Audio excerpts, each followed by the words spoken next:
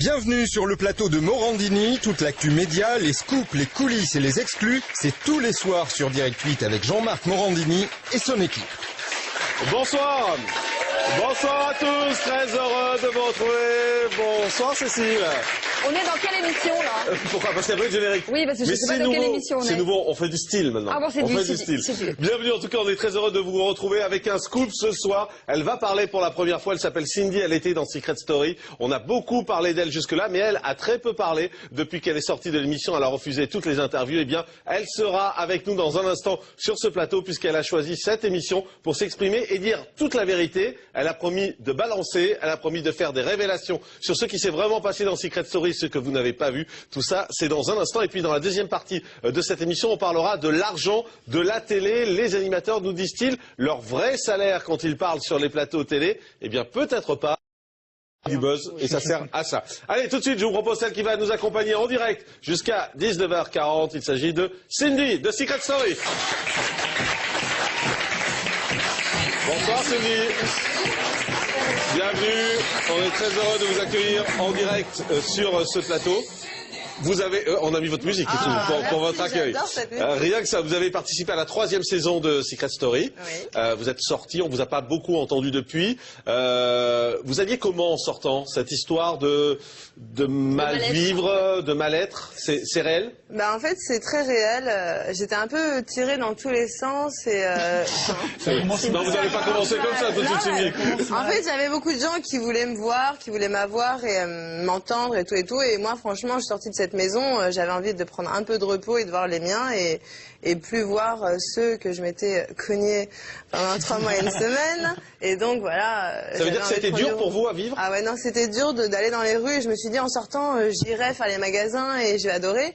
J'ai hâte de sortir pour aller faire les magasins, mais malheureusement c'est pas possible. C'est pas possible. J'ai pourtant mis des chapeaux, des machins et ça marche pas. Mais les gens sont plutôt sympas avec vous? Alors moi par contre ça j'adore. Les gens sont adorables avec moi et j'adore les voir et tout. Mais parfois je me prends des bains de foule et ça me stresse parce que je suis légèrement agoraphobe et c'est vrai que c'est assez difficile pour moi. Oui, ça va être dur. Tout à l'heure, on va parler de ce qui s'est passé dans la maison, ce qu'on n'a pas vu, ce qu'a raconté la presse sur vous. Vous allez nous dire ce qui est vrai, ce qui n'est pas vrai. Mais auparavant, comme on l'a fait à chacun des candidats qui est venu ici, on a repris votre portrait tel qu'il a été diffusé dans Secret Story. Le premier soir, vous êtes rentré. On va le regarder ensemble. Et vous allez nous dire si ça vous correspond, s'il y a des mensonges ou si tout est vrai. Regardez, c'est parti, portrait de Cindy.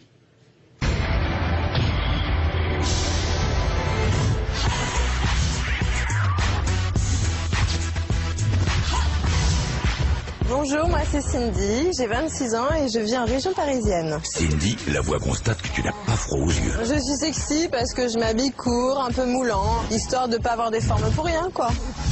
Mais tu n'as donc aucun défaut? Mon plus gros défaut, c'est que je suis très gourmande. La cuisine, c'est une vraie passion pour moi. J'adore Maïté, je rêve de la rencontrer. Maïté, je t'aime. Maïté, fais-moi un cassoulet, je mangerai. La voix veut goûter à une de tes spécialités. J'y vais, moi. Bah voilà la voix, tu es chez moi. J'ai une spécialité, c'est le menu coquin.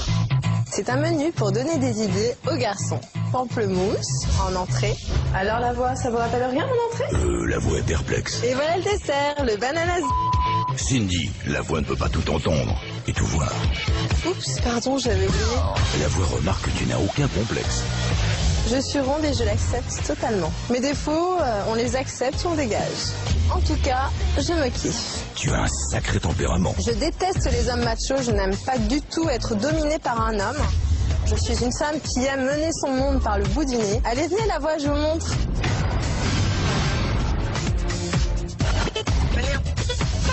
Eh, salut vos gosses. T'es mignon. Waouh, t'as de jolies petites fesses. Cindy, ce n'est pas le moment d'accoster les hommes. La voix? Bon, elle est partie. Bah, ça marche plus, ces fesses spéciaux? La voix s'excuse, la voix est très surmenée. Cindy a dû mis en place une stratégie pour gagner. La voix, je suis vraiment prête à tout. Être une vraie garce. Moi-même, quoi. Je suis prête à tout, je suis prête à draguer les mecs, faire alliance avec des gens, des groupes, monter les uns contre les autres. Vous n'allez pas être déçus. Cindy rentre dans la maison des secrets et elle va tout casser. Bienvenue dans la maison des secrets.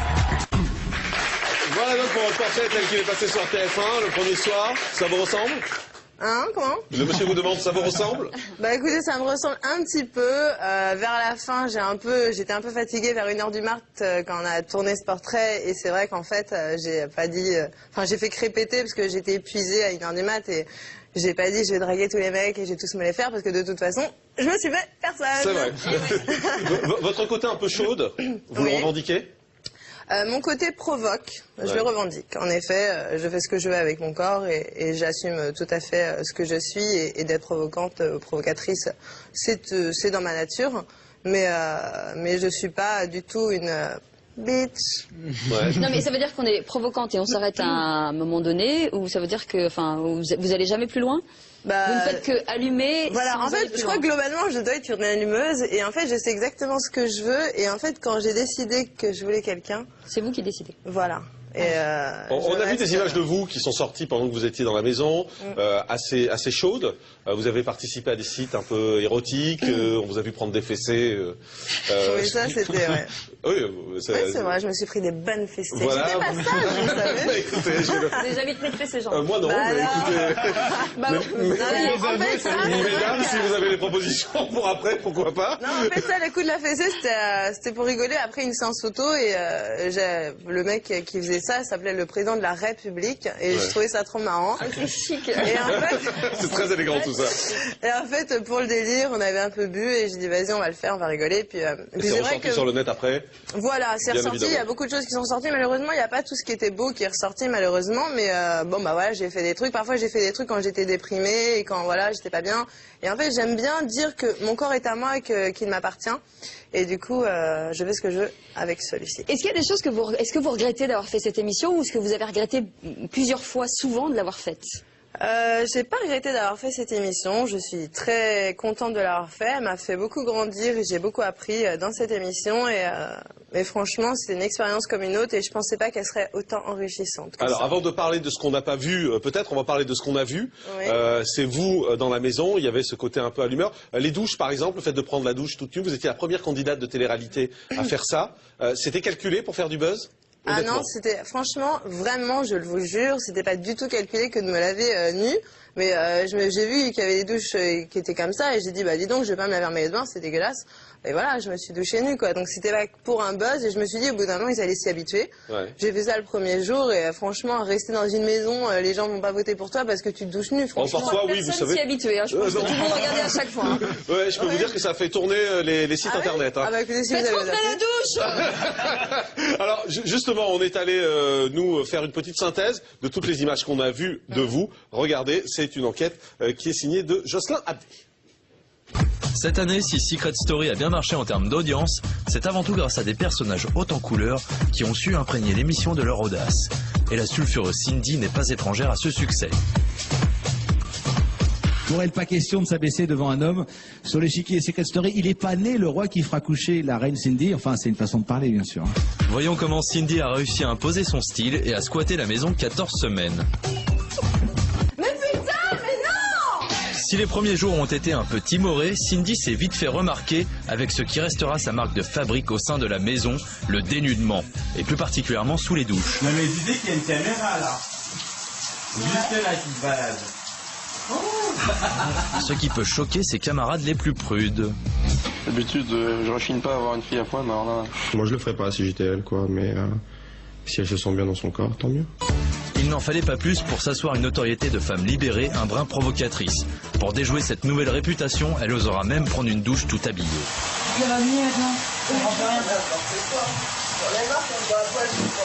Chasser le naturel, il revient au culot et les colères homériques de la Miss hanteront encore longtemps la maison des secrets. C'est qui a pris ma crème qui est maintenant à moitié vide? Il glande rien de la journée, il passe sa vie à dormir. Bah évidemment qu'après le soir il est en forme.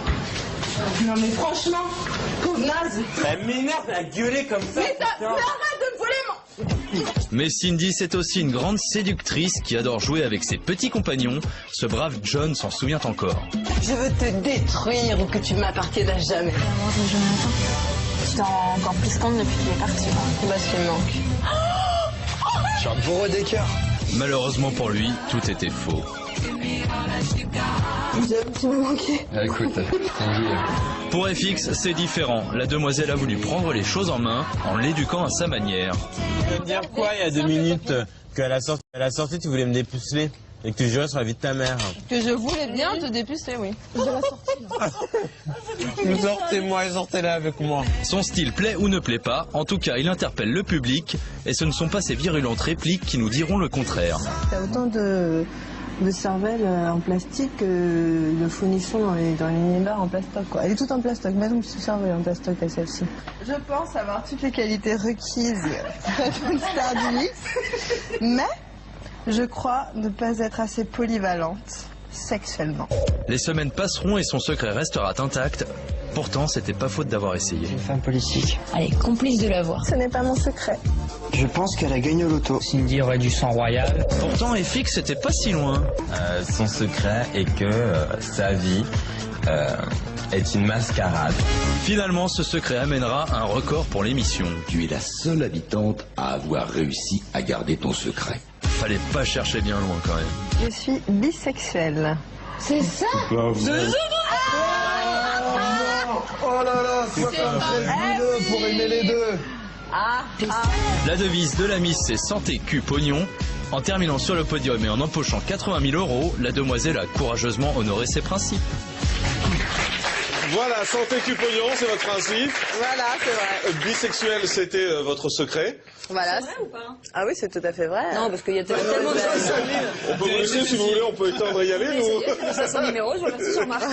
Non, mais parce que ici, elles sont toutes venues en disant, bah ça c'est vrai, c'est pas vrai, donc on sait plus ce qui est vrai ou pas. Donc c'est pour ça que je me permets de vous poser la question. Vous voulez que je vous sorte des exemples? Bah écoutez, avec Angie, elle m'a coincé dans les chiottes, j'ai fini.